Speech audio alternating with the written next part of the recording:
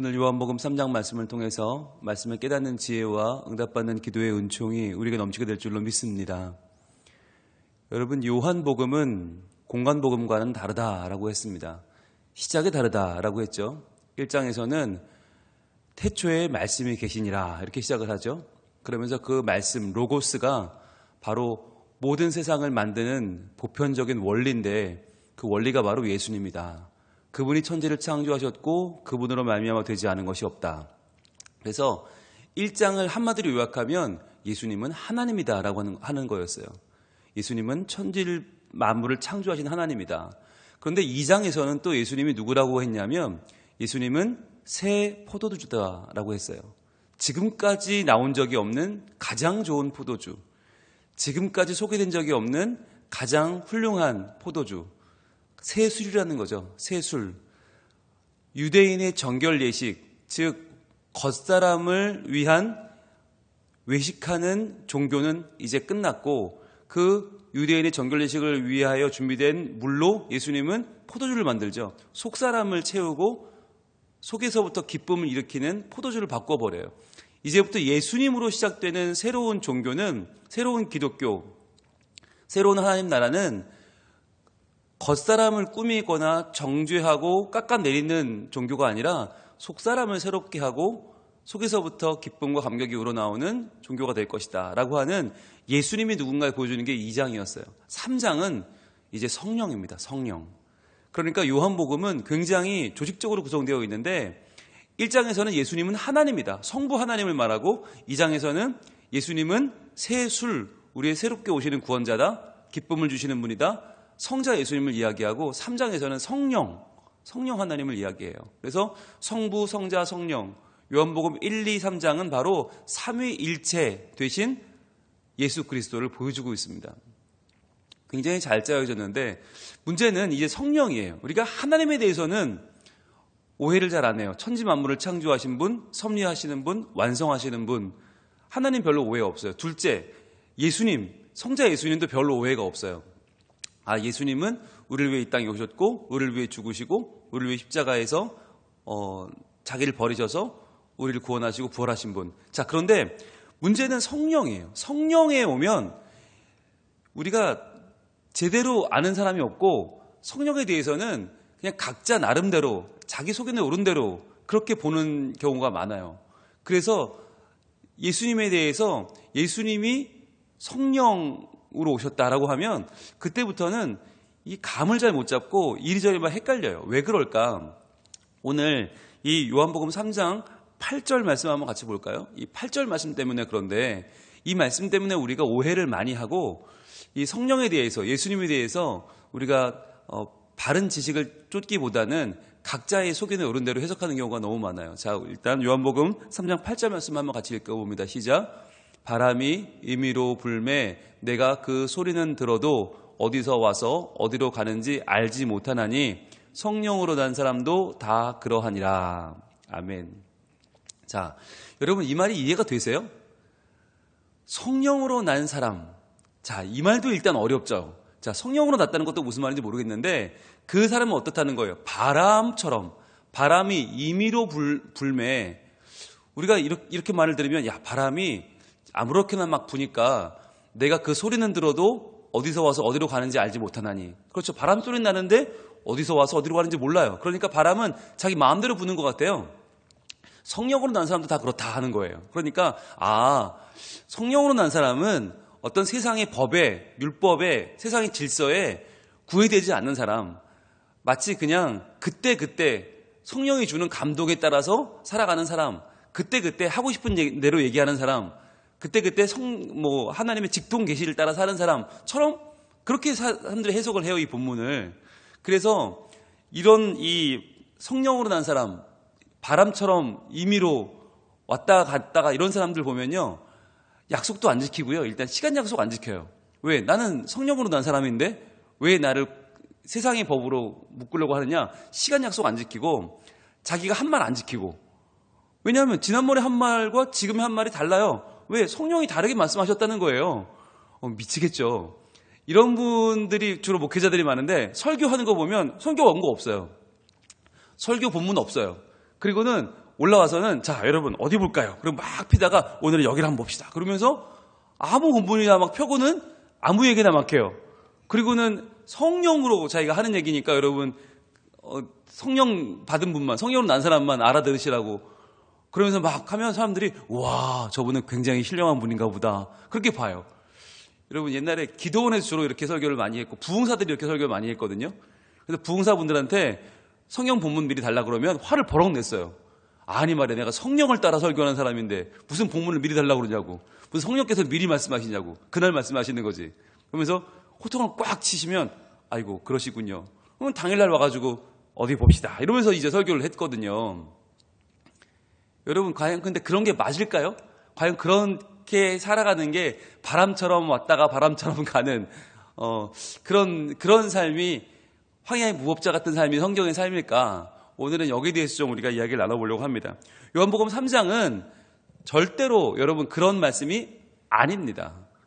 예, 성령으로 난 사람은 바람처럼 임의로 다니고 아무렇게나 왔다가 아무렇게나 가고 아무 소리나 하고 아무렇게나 하나님의 뜻을 전하고 그렇지 않습니다. 일단 여러분 노란색을 한번 드시고요. 표시를 한번 해볼 텐데 조금 전에 우리가 8절에 봤잖아요. 성령으로 난 사람 한번 표시해 보세요. 성령으로 난 사람.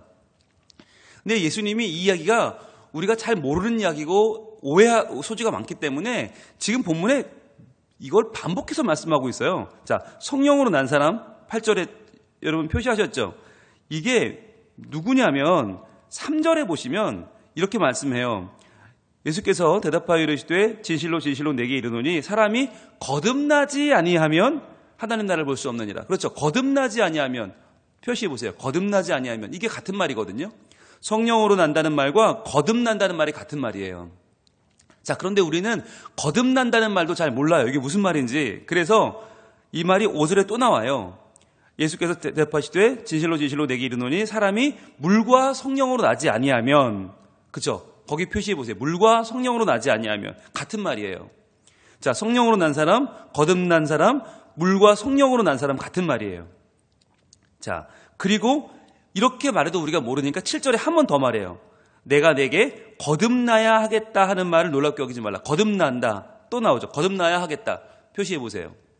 그러면 3절에 나오는 거듭난다, 5절에 나오는 물과 성령으로 난다, 그리고 7절에 나오는 거듭난다, 8절에 나오는 성령으로 난다. 같은 말이라는 거예요. 그럼 이걸 오늘 하나씩 살펴보면서 과연 성령으로 난 사람은 어떤 사람인가 우리가 오늘 확실하게 정리를 하고 성령님에 대해서 성령을 따라 사는 사람은 어떤 사람인지 우리가 분명히 알기 원합니다. 이제 1절부터 시작해 볼게요. 자, 누가 찾아왔냐? 그런데 바리새인 중에 니고데모라 하는 사람이 있으니 유대인의 지도자라 그랬어요. 자, 이 당시에 바리새인들은 예수님을 존경하고 따르고 믿었나요? 그렇지 않았나요? 그렇지 않았어요. 자, 그런데 이 사람은 달랐어요. 니고데모라고 하는 이 바리새인은 유대인의 지도자인데 바리새인이라고 하면 이 당시에 율법을 굉장히 잘 지키는 사람.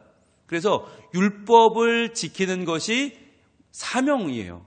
바리새인이라는 말은 구별되었다는 말인데 누구랑 구별되었냐? 율법을 못 지키는 아주 하나님을 멸시하는 것들과 구별되었다. 그러니까 일반적인 사람들은 율법을 못 지키는데 우리는 다 지켜. 이게 구별됐다는 뜻이에요.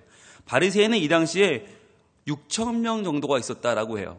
그러니까 일반 성도들과는 굉장히 희소성이 있죠. 게다가 이 사람은 유대인의 지도자라고 했죠. 지도자라는 말은 산헤드린 공의회 회원이란 말이에요. 산헤드린 공의회는 몇 명인가? 70명밖에 안 돼요. 오늘날로 말하면 국회의원이에요. 그래서 이 국회의원들이 그 당시에 율법을 해석하는 자격도 있었고 재판의 재판관이었어요. 그러니까 사법권을 가지고 있었다. 굉장히 훌륭한 사람이죠. 자, 그런 사람인데 그가 2절 밤에 예수께 와서 이르되, 자, 밤에 찾아왔어요. 왜? 사람들이 다 오는 낮에 못 오고 밤에 온 이유는 뭐냐?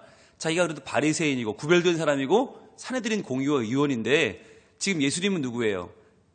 지금 막 인기를 얻기 시작한 뜨내기 청년에 불과해요. 이 사람은 공식적으로 인정받은 게 아무것도 없어요. 그러니까 나사렛 사람 예수를 찾아온다는 것 자체가 부끄러운 일이에요. 그래서 밤에 몰래 온 거예요. 랍비여, 우리가 당신은 하나님께로부터 오신 선생인 줄 아나이다. 자, 누구라고 그래요?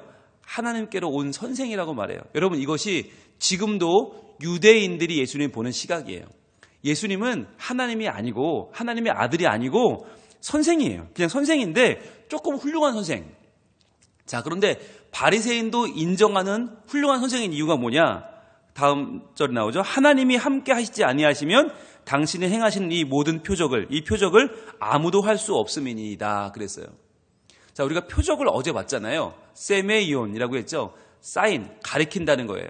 즉, 이 세메이온은 단순히 신기한 미라클이 아니라 이것은 가리키는 말이다. 이분은 하나님이다. 하나님 아들이다라고 가르쳐주는 표적, 사인이 세메이온이라고 했는데 뭐가 표적이었어요? 물로 포도주를 만들었죠. 근데 물로 포도주를 만든 게 단순히 만든 게 아니라 유대인의 정결 예식, 외식하는 자들을 위해 만들어 놓은, 정죄하기 위해 만들어 놓은 그 물을 가지고 포도주를 만들었잖아요. 그러니까 진짜 진정한 하나님의 기쁨을 회복하는 기독교로서의 변화라고 했죠. 그것을 예수님이 상징적으로 보여주신 다음에 바로 어디 2장 후반부에서 하신 일이 뭐냐면 성전 정화예요. 예수님이 성전을 들어 엎으셨어요. 거기서 외식하는 자들, 거기서 하나님에 대해서 자기의 입속을 채우면서 겉으로는 제사 잘 지내는 것처럼 하는 그 성전을 뒤집어 엎으시고 내 집은 기도하는 자의 집이다. 만민의 기도하는 집이다 라고 선포하셨어요. 이게 진짜 하나님과의 관계가 회복된 오리지널 기독교, 하나님과의 기도하는 자들의 열려있는 소통하는 장소로서의 기독교를 예수님이 회복하신 거거든요. 그게 표적이 된 거예요. 아무도 하지 못하던 성전을 정화하는 일을 예수님이 하셨어요. 그 표적을 보고 지금 이 니고데모가 와, 이거 진짜 필요한 일이고 진짜 이거 해야 되는 일인데 아무도 못했던 일들을 예수님이 해냈단 말이에요. 찾아와서 야, 당신 대단하십니다 라고 칭찬하는 거예요. 당신 훌륭하십니다. 당신 하나님 보시는 납비입니다 라고 얘기하니까 자, 이 말이 맞아요, 틀려요? 틀린 말이잖아요.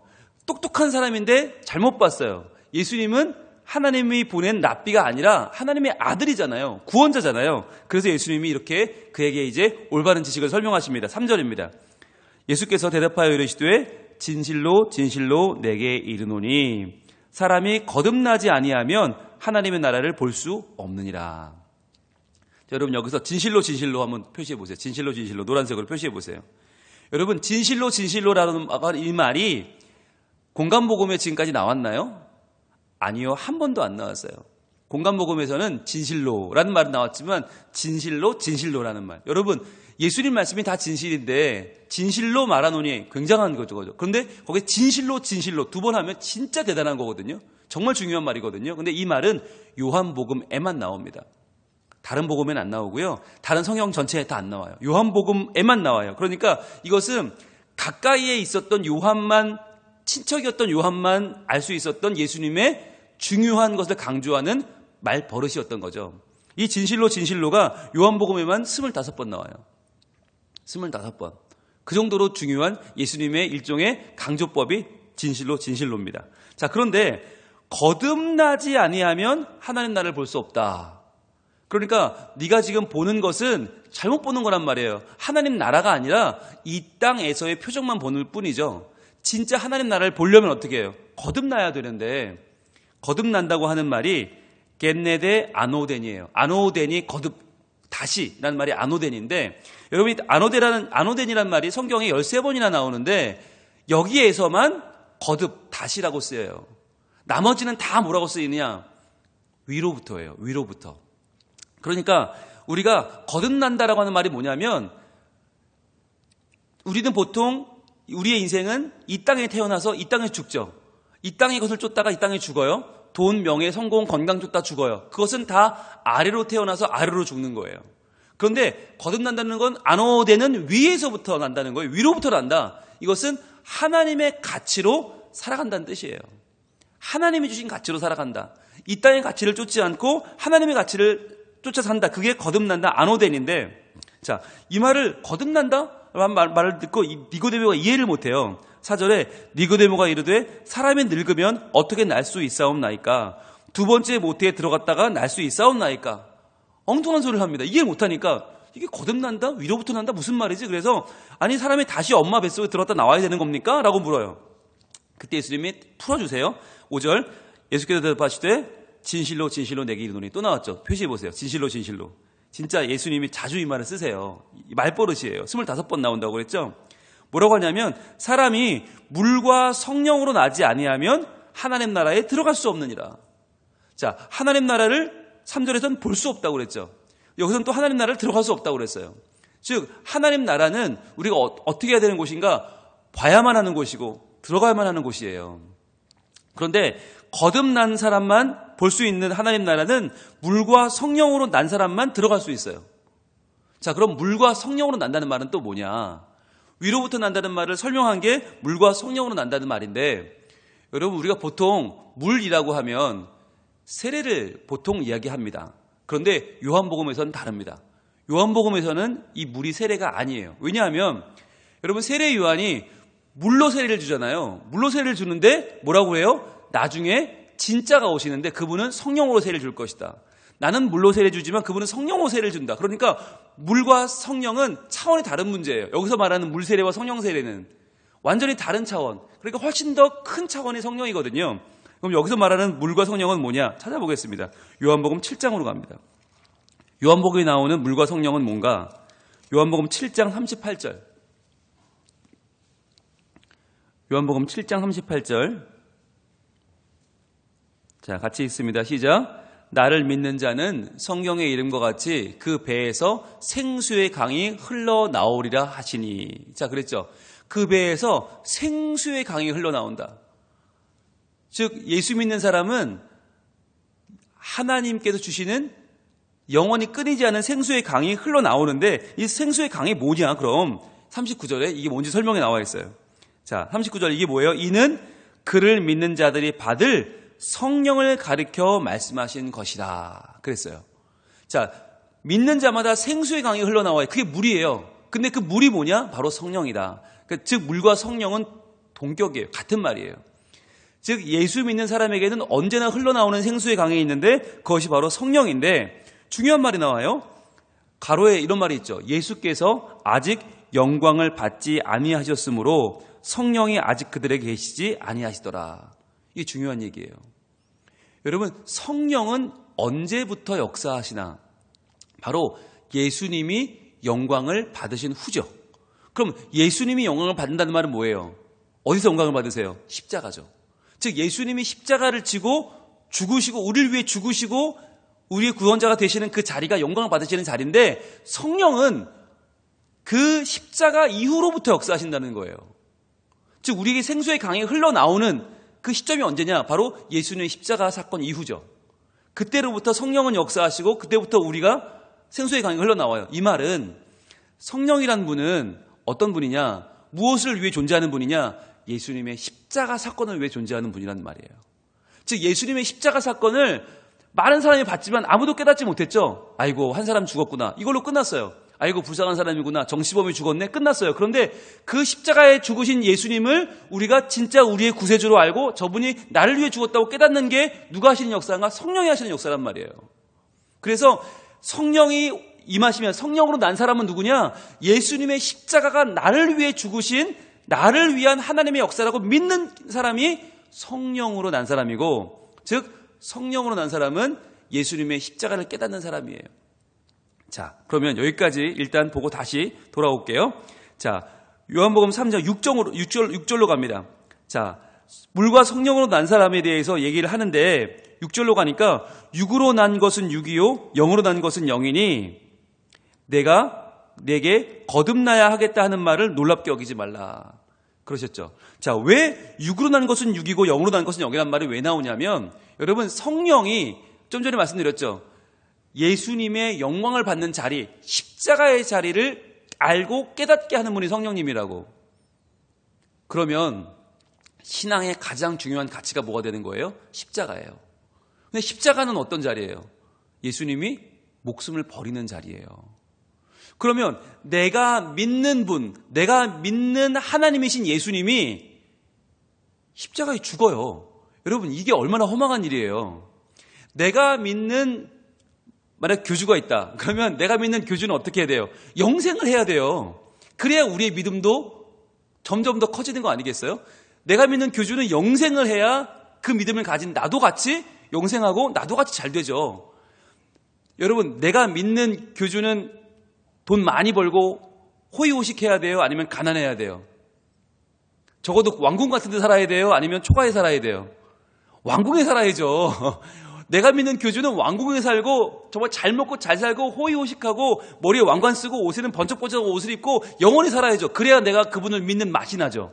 나도 그렇게 될 거 아니에요. 그런데 예수님은 내가 믿는 하나님이신데 그분은 죽어요. 그것도 십자가에 비참하게 죽어요. 여러분, 그러면 그분을 믿는 맛이 나요? 안 나요? 믿어야 돼요? 말아야 돼요? 이게 헷갈리는 거죠. 그런데 여기서 말하는 말이 뭐냐? 육으로 난 것은 육이요, 영으로 난 것은 영이다. 이 말이 뭐냐면 우리가 생각할 때 내가 믿는 분은 영원히 살아야 되고 부자여야 되고 잘 먹고 잘 살아야 된다라는 생각 자체가 뭐냐? 이게 육에서 난 생각이란 말이에요. 이게 육으로 난 것은 육이다. 이 말은 바로 우리가 예수님에 대해서 오해하는 부분이 이거란 말이에요. 내가 믿는 분은 뭔가 대단해야 되고 엄청나야 되고 영원히 살아야 되고 이건 육에서 난 생각이고, 그럼 영으로 난 것은 뭐냐? 이것이 성령이 주는 생각인데 바로 그분이 나를 위해서 십자가에서 죽으시고 나를 위해 고난당하시고 나를 위해 죽었다가 다시 부활하시는 거. 그래서 그분을 따라가게 되는 것이 뭐냐? 이것이 영에서 난 것은 영이다라는 뜻이에요. 그래서 거듭나야 하겠다 하는 말이 뭐냐? 거듭난다는 말, 다시 안호된, 위로부터 태어난다, 다시 난다는 말이 뭐냐면 바로 예수께서 죽으셨다가 다시 태어나는, 즉 예수님 나를 위해 죽으셨다는 것을 믿고 그때부터 육으로 난 사람을 죽이고 영으로 다시 살아가는 사람이 누구냐? 성령으로 난 사람이란 말이에요. 그 사람이 거듭난 사람이고 그 사람이 나의 죽음을 만난 사람, 나의 죽음 넘어서 육의 죽음을 넘어서 다시 한번 예수님과 함께 영의 삶을 살아가는 사람이 바로 영으로 난 사람이라는 거예요. 자, 그래서 이것을 바탕으로 해서 8절을 봐야 되는 거예요. 8절 우리가 아까 봤던 말씀 다시 읽습니다. 바람이 임의로 불매 내가 그 소리는 들어도 어디서 와서 어디로 가는지 알지 못하나니 성령으로 난 사람도 다 그러하니라. 자, 여기서 여러분 보세요. 바람이 임의로 분다는 말은요, 아무렇게나 분다는 말이 아닙니다. 임의로라고 하는 말은 방향이 있다는 겁니다. 의지가 있다는 겁니다. 그런데 있는데 사람들이 알지 못해요. 모르는 이유는 뭐예요? 우리는 사람들은 육에서 나서 육으로 생각하기 때문에 그 바람이 부는 방향을 모르는 거예요. 성령, 바람이 부는 방향은 어디냐? 예수 그리스도입니다. 여러분, 성령이 부는 방향은 분명히 있어요. 아무렇게나 불지 않아요. 바로 예수님을 향하여 성령님이 불어요. 자, 그게 어디 나오냐면 요한복음 14장 26절을 보겠습니다. 이 성령이 부는 바람의 방향은 어디인가? 요한복음 14장 26절. 자, 성령님은 아무렇게나 임해서 아무렇게나 가시지 않아요. 자, 정확하게 임하세요. 요한복음 14장 26절 시작. 보혜사 곧 아버지께서 내 이름으로 보내실 성령 그가 너희에게 모든 것을 가르치고 내가 너희에게 말한 모든 것을 생각나게 하리라. 아멘.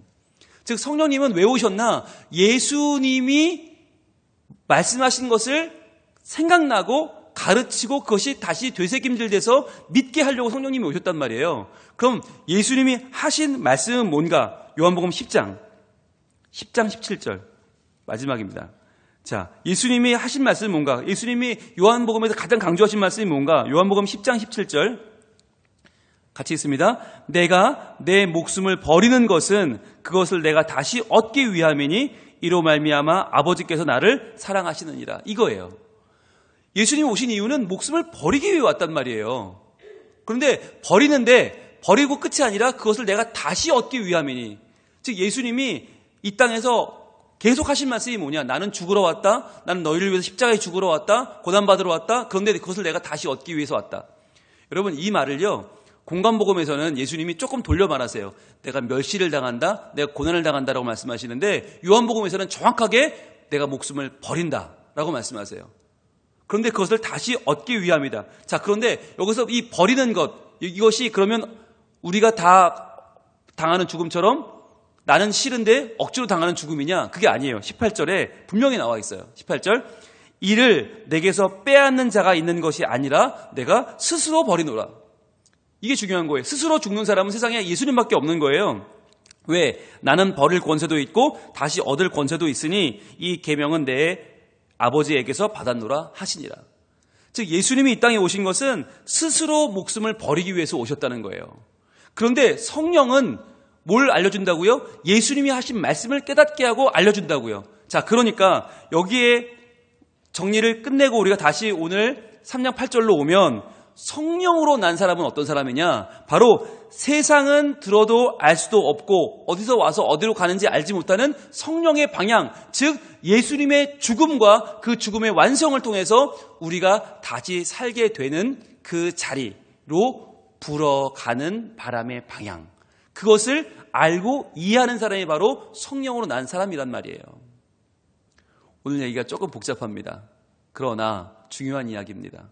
성령으로 난 사람은 바람처럼 아무렇게나 왔다 아무렇게나 가는 사람이 아니라 성령의 방향, 바로 예수 그리스도, 그분의 십자가의 죽음, 스스로 자기의 목숨을 버리셔서 자기의 목숨을 얻으시는 죽음과 부활이라고 하는 가장 중요한 예수님의 사역, 그것을 우리에게 알게 하시는 분이 성령님이시고 그 방향대로 걸어가는 사람이 바로 성령으로 난 사람이라는 거예요. 그래서 우리가 아직 육으로 난 사람에 있을 때는 예수님의 죽음을 이해하지 못해요. 왜? 잘 먹고 잘 살아야지. 영원 불사, 영원히 살아야지. 우리가 꿈꾸는 건 영원히 사는 거, 영원히 행복한 거 아닙니까? 만수무강하는 거 아닙니까? 그런데 그러한 우리가 예수님의 십자가 죽음을 만나고 나의 육적인 죽음을 만나고 그 이후에야 영적인 영생이 열리는 것을 이제 보기 시작하는 것, 그게 성령으로 난 사람이라는 것이에요. 그래서 오늘 우리가 아침에 나와서 이 새벽에 기도하는 대부분은 뭐예요? 이 땅의 것들을 구하는 거예요. 하나님 건강 주세요, 하나님 돈 주세요, 복 주세요, 잘 되게 해주세요, 성공해 주세요. 다 알고 보면 그게 다 육적인 거예요. 그런데 그게 아니라 정말 성령으로 난 사람은, 물과 성령으로 난 사람은, 거듭난 사람은 이제부터 내 생명의 한계를 알고 그 한계를 새로운 삶을 열어주시는 예수님을 만난다라고 하는 것입니다. 그래서 이 성령님을 통해서 예수 그리스도의 십자가를 온전히 만난 사람, 그래서 이제부터 새로운 거듭난 삶을 사는 사람만 하나님 나라를 볼 수 있고 하나님 나라에 들어갈 수 있다. 그래서 오늘 이 말씀을 우리가 잘 묵상하고 잘 깨달아서 우리야말로 정말 겉으로 외식하고 신앙생활을 하면서 예수님을 평가하는 이런 바리새인 사내들인 공의회원이 아니라 정말 예수 그리스도의 죽음과 다시 삶을 통해서 우리 삶의 의미를 깨닫고 그대로 살아가는 하나님의 자녀, 하나님 나라의 자녀로 설 수 있기를 우리 하나님 원하고 계십니다. 기도하겠습니다. 하나님, 저희들은 아무리 예수님을 믿는다고 하지만, 아무리 하나님 믿는다고 하지만 우리는 여전히 이 땅의 것이 좋고 잘 먹고 잘 사는 것이 우리에게는 목표의 전부입니다. 이렇게 육으로 나서 땅에서 아래에서 죽어가던 우리를 살리기 위해서 하나님 나라의 주인이신 예수께서 오셨습니다. 예수님께서 우리를 위하여 자기의 목숨을 스스로 버리시고 우리를 위하여 거듭나는 삶, 성령으로 난 삶이 무엇인지를 보여주셨습니다. 주여, 우리가 이 말씀을 바르게 깨달아 예수님의 죽음이 나를 위한, 내 생명을 다시 한번 살리기 위한, 거듭나게 하기 위한 죽음이었음을 깨닫게 하시고 이 믿음으로 우리가 이 땅의 것을 쫓아 살아가는 우리의 삶을 멈추고 이제 하나님 주시는 구원의 은혜, 하나님의 나라를 바라보고 그 나라에 들어가는 복을 누리며 살게 하여 주시옵소서. 예수님 이름으로 기도합니다. 아멘.